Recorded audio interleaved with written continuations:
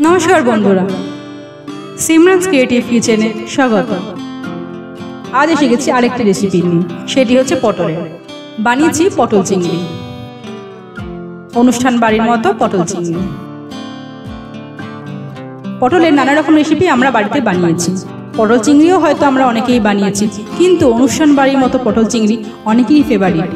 তাই আজ নিয়ে এসেছি আপনাদের জন্য অনুষ্ঠান বাড়ির মতো পটল চিংড়ি। চলুন দেখে নিই কিভাবে বানিয়েছি অনুষ্ঠান বাড়ির মতো পটল চিংড়ি। নিয়েছি 250 গ্রাম পটল। পটলটা খোসা ছাড়িয়ে কেটে নিয়েছি। একটি পটলকে আমি 3 টুকরো করেছি।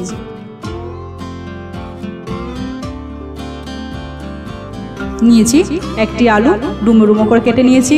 নিয়েছি একটি টমেটো, টমেটো কুচো করে নিয়েছি। নিয়েছি একটি পেঁয়াজ, পেঁয়াজটাও ঝিরিঝিরি করে কুচো করে নিয়েছি।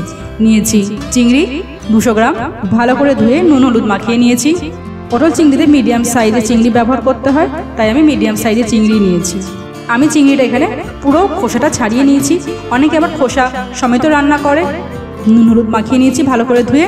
নিয়েছি তেজপাতা, শুকনো লঙ্কা, লবঙ্গ, এলাচ, দারচিনি এবং সাদা জিরে। নুন, 1 চামচ জিরে গুঁড়ো, 1 চামচ ধনে গুঁড়ো, 1 চামচ হলুদ, 1 চামচ লঙ্কা এবং 1 চামচ গরম মশলার গুঁড়ো। চিনি পরিমাণ মতো। নিয়েছি আদা রসুন এবং কাঁচা লঙ্কা পেস্ট।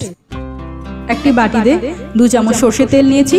গরম মশলার গুঁড়ো বাদ দিয়ে বাকি গুঁড়ো মশলাগুলো এই তেলের মধ্যে দিয়ে দেব এবং একটি মিশ্রণ তৈরি করব। দিয়ে দিচ্ছি ধনে গুঁড়ো,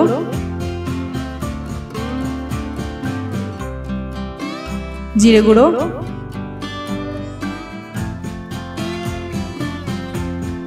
নুন,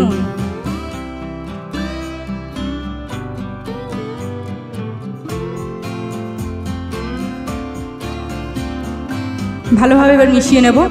গরম মশলার গুঁড়োটা কিন্তু আমি দিইনি। ভালোভাবে মিশ্রণটা তৈরি করে নেব।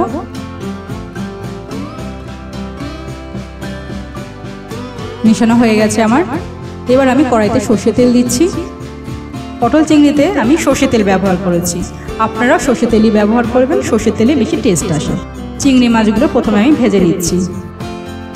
চিংড়িগুলো হালকা লাল করে ভেজে নেব, বেশি কড়া ভাজবো না, তাহলে শক্ত হয়ে যাবে। মাছগুলো উল্টে পাল্টে সমানভাবে 2 দিক আমি ভেজে নেব।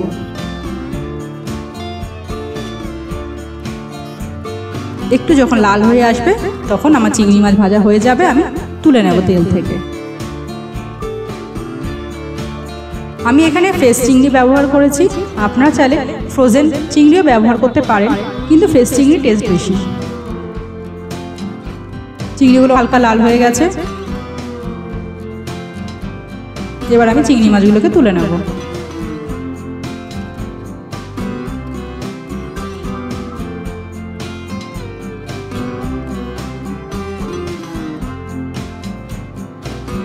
এবার দিয়ে দিচ্ছি কেটে রাখা আলু। আলুগুলোকেও ভালো করে আমি লাল করে ভেজে নেব। আলুগুলো উল্টে পাল্টে ভাজবো, যাতে দুদিকই সমানভাবে সিদ্ধ এবং ভাজা দুটোই হয়। 3 থেকে 4 মিনিট সময় লাগবে এই আলুটা আমার ভাজতে। আলুটা বেশ লাল হয়ে গেলে তখন আমি কড়াই থেকে তুলে নেব।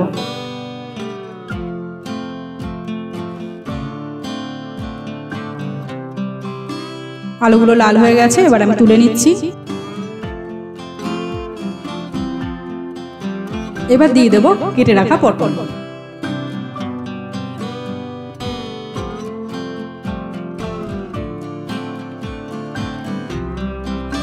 চিংড়ি মাছ ভাজা তেলেই আমি আলু এবং পটলটা ভালোভাবে ভেজে নিচ্ছি। পটলগুলোকেও ভালোভাবে উল্টে পাল্টে লাল করে ভেজে নেব।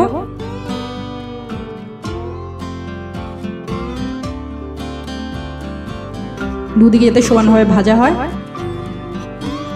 কাঁচা থাকলে খেতে ভালো লাগবে না।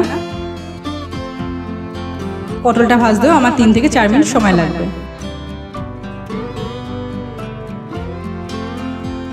পটলটা ভাজার পর পটলটা আমি তুলে নেব।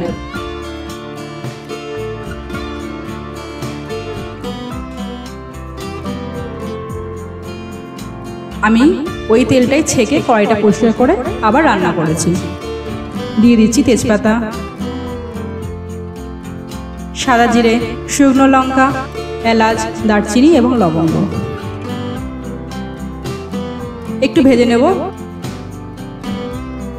ভাজা গন্ধ বেরোলেই দিয়ে দেব কুচিয়ে রাখা পেঁয়াজ। পেঁয়াজটা হালকা ভেজে নেব।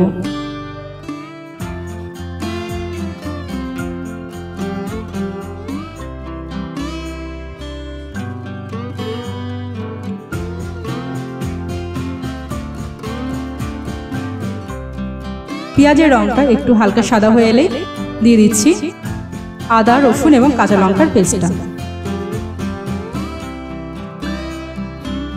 ভালোভাবে মিশিয়ে নেব। আদা রসুনটা ভালোভাবে ভেজে নেব যাতে কাঁচা গন্ধ না বেরোয়। আমি এখানে 2টো কাঁচা লঙ্কা ব্যবহার করেছি, আপনারা আপনাদের পরিমাণ অনুযায়ী বা স্বাদ অনুযায়ী কাঁচা লঙ্কা ব্যবহার করবেন। দিয়ে দিলাম কুচিয়ে রাখা টমেটো। ভালোভাবে নেড়ে নেব এবং 2 মিনিট ঢেকে দেবো টমেটো সিদ্ধ হওয়ার জন্য। ঢেকে দিলাম। 2 মিনিট পর ঢাকাটা খুললাম। টমেটোটা সিদ্ধ হয়ে গেছে। ভালোভাবে নেড়ে টমেটোটাকে মশলার সাথে মিশিয়ে নেব।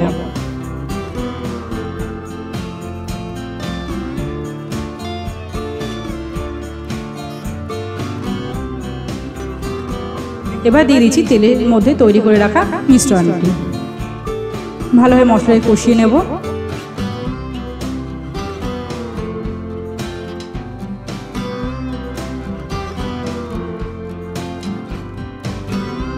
দু 3 মিনিট মশলাটাকে আমি ভালোভাবে কষিয়ে নেব।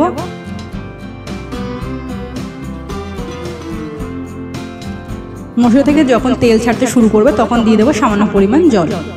এতে মশলাটা ভালোভাবে কষে যাবে।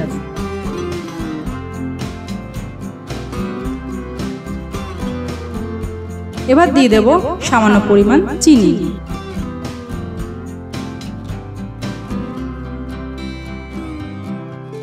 ভালোভাবে মিশিয়ে নেব চিনিটাকে। মশলা থেকে যখন জল শুকিয়ে যাবে এবং তেল ছেড়ে আসবে তখন দিয়ে দেব ভেজে রাখা আলু, পটল এবং চিংড়ি।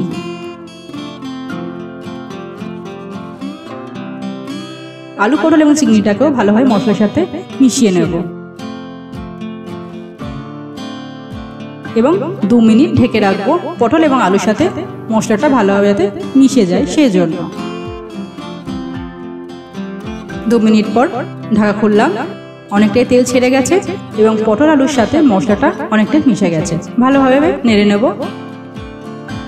এবার দিয়ে দেব পরিমাণ মতো জল।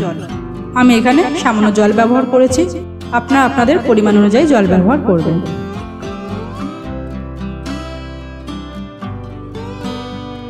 এবার গ্যাস বাড়িয়ে আমি ফুটতে দেব।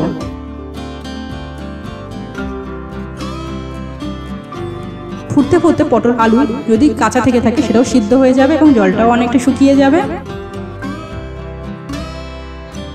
জলটা যখন অনেকটা শুকিয়ে যাবে এবং ভালোভাবে পটল আলু সিদ্ধ হয়ে যাবে তখন দিয়ে দেবো গরম মশলার গুঁড়ো।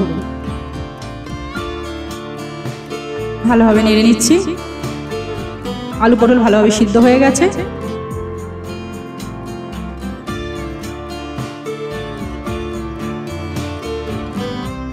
এবার দিয়ে দিচ্ছি গরম মশলার গুঁড়ো।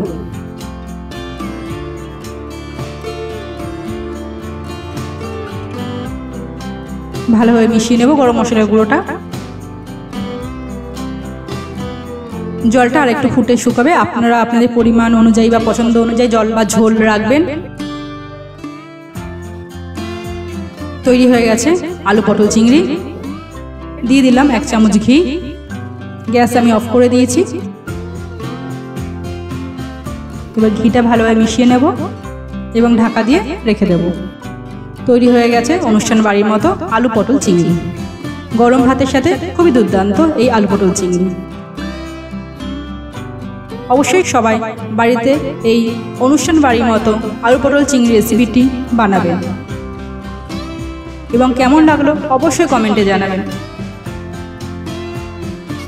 যদি আমার রেসিপিটি ভালো লেগে থাকে লাইক, শেয়ার এবং সাবস্ক্রাইব করবেন আমার ইউটিউব চ্যানেল সিমরানস ক্রিয়েটিভ কিচেনে পরবর্তী রেসিপির জন্য। ধন্যবাদ।